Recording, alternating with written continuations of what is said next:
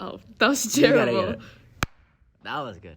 All right, welcome back to the Eagle Time podcast. We are here with Kyle LaMay. I'm a school psychologist in the district. I work at Horlick High School and the real school as well, too. Awesome. And then, so we're here just talking about pretty much school stuff, but also as Powder Puff. So what made you guys start that Powder Puff? So when I got to Walden a few years ago, they had done it as a tradition as part of their before homecoming. So obviously they don't have a sports team, so that was kind of their sports game for it, for the girls and stuff like that. So when I had started there, I also worked at Real School and found out they had done a similar thing, but with boys added to the Powder Puff. So I kind of threw out the idea to both principals and say, hey, why don't we kind of throw together something where we do it for charity, and kind of get together and play each other, since we're the two schools that don't have sports, and we wanted to kind of do something together for that homecoming week. So just kind of morphed into this thing, and we had the first one, I want to say 5 years ago. We actually held it at Hammis Field outside under the lights. It was cold, but it was a good time. And but yeah, it started that whole process, and we've been able to raise money for different charities since. So That's cool. And then what decides, or what school do you guys choose? Why do you decide that school? So the funny thing is, actually, it's been Walden and Rio for the last 2 years. This is our third year doing it. And Walden backed out last minute, and kind of the girls were, I knew they'd be devastated because they've worked pretty hard. They start usually in September and work their way up with practice and things like that. So I had reached out to Coach Graham, who I'd coached with at Horlick for football, and I was like, hey man, can you help me out with this situation? And he's like, I got you. So within 2 weeks, we had a new team case. We had a great situation happening and put everything together, and it came together quite well. You guys did a great job. So we were able to raise another $1,500 for the local charity, Shop with a Cop. Yeah. So that charity actually allows kids who are maybe having a tough time. It gives them an opportunity to get a $250 gift card for Walmart and buy presents for their family or themselves. And it's funny, so the kids, I've been there a couple times because I have a couple friends who are local police officers, and they invite me and I get to go see. And the kids always want to buy presents for mom, dad, brother, sister, and very rarely ever want to buy anything for themselves. So it's just a great charity. Kind of gets that police community engagement going. Just a great time. So. How did you come up with the idea to start doing the Powder Puff for charity? If you create a situation, you might as well do something good out of it. I've always been a believer in that. I'm a big community guy, even though I'm not from Racine, but even just kind of the way my path went, I've always believed in helping others, and, it's kind of instilled through my family. My mom always gave at Christmas time or, Thanksgiving, continually does that, and she kind of instilled that in me. But I was like, it'd be a great opportunity to do that for the community. You're involving multiple schools, and as we hope to grow the Powder Puff, hopefully next year to 4 teams, gives us an opportunity to give a larger donation to, places that really need it during the holidays, Thanksgiving. We just did our yearly food drive at the Real School, and we donate to the Racine Hunger, the food bank for the hunger for Thanksgiving and stuff like that, and Christmas, so they can pass out food.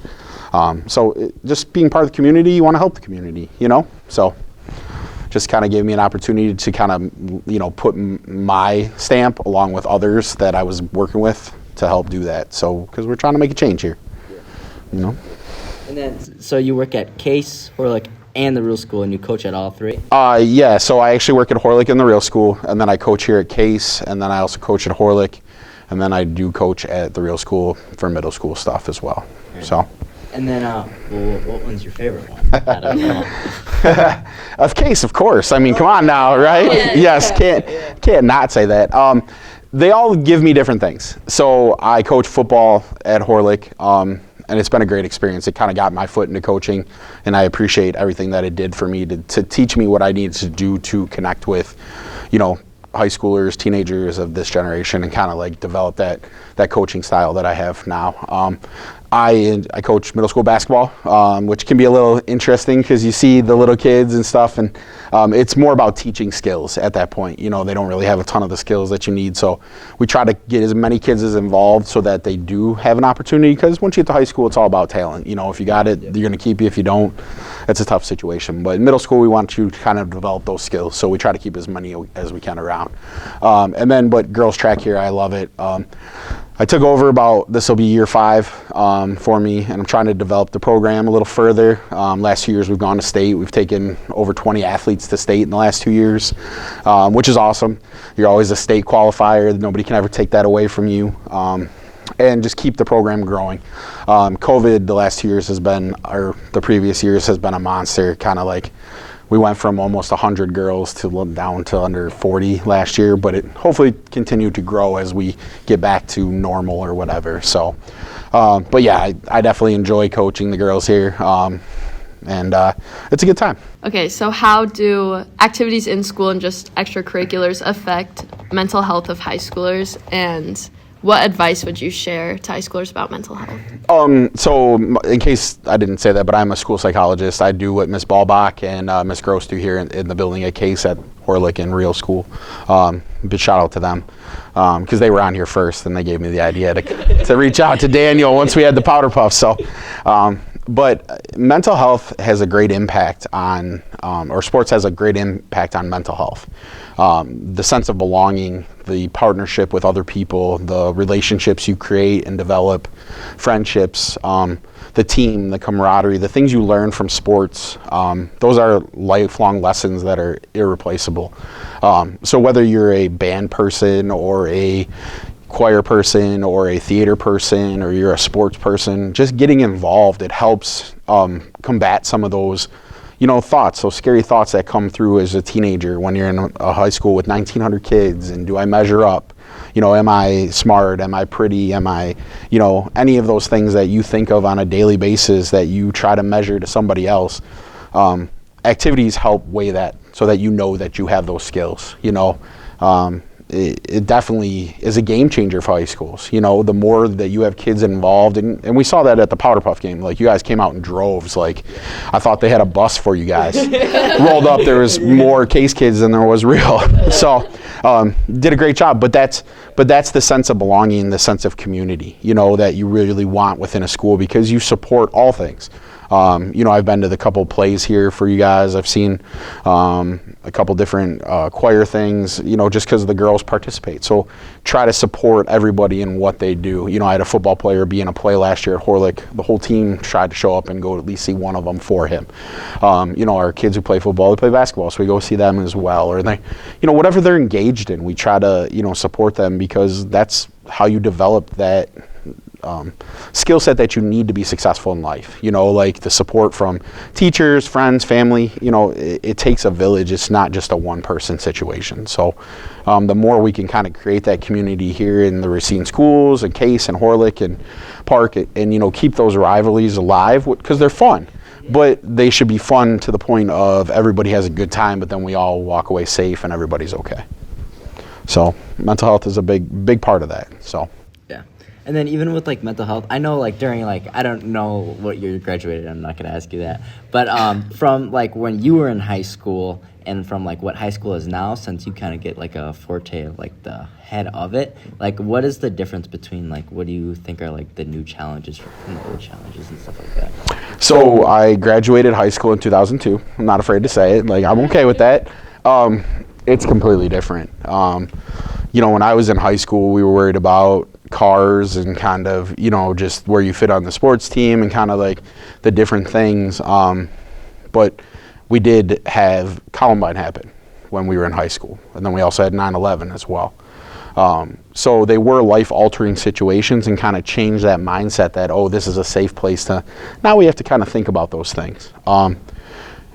As we've progressed through this, I think some of the things that we're doing to empower students nowadays is a lot better than it ever was when I was in school. You didn't talk about mental health, you didn't talk about suicide, you didn't talk about all of the things that kids kind of think about nowadays that was just brushed under the thing.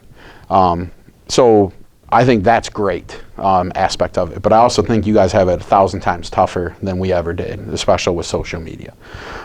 You bring social media into the mix, it changes everything. And especially if you're not taught how to use it appropriately.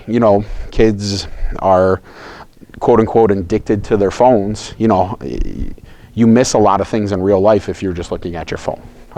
My favorite thing to do is stand in the hallway and watch how many kids bump into each other because they're literally glued to the phone and, you know, walking around, and they're not, you know, and some of them will avoid because they'll see it out of their peripherals, and I just laugh and smile. But it is completely different. So I don't envy you in the stuff that you guys necessarily have to go through with that, but I do think there's a lot of positives that have come out of situations that were ultimately negative. So it definitely is a different situation. So. All right, I think that wraps it up with us. Yeah, anything for us? Oh, I just appreciate you guys. I think you guys do a great job. I saw this because I get all the case building emails, even though I don't work here. So I happened to pop through and see this one day, and I was like, man, that's awesome. You guys should be really proud of yourselves and the hard work you guys do with this, because it takes a lot to come on here and just kind of talk and be, you know, bring up some of the things that are not easy with, you know, what's going on in the world we have today. You know, especially some of the other things that have kind of happened here this year. It's like, you know, this is a positive thing, and it needs to be highlighted because we always see the negative, but the positives don't really get that kind of influence that we want to see or that we want to engage. So, but yeah, definitely thank you for having me on. I appreciate it, and I wish you guys the best, man. Keep it going. So it was great to meet all of you. Yep. All right, thank you so much, Kyle. Yep. Appreciate it. And see you guys next episode. Peace.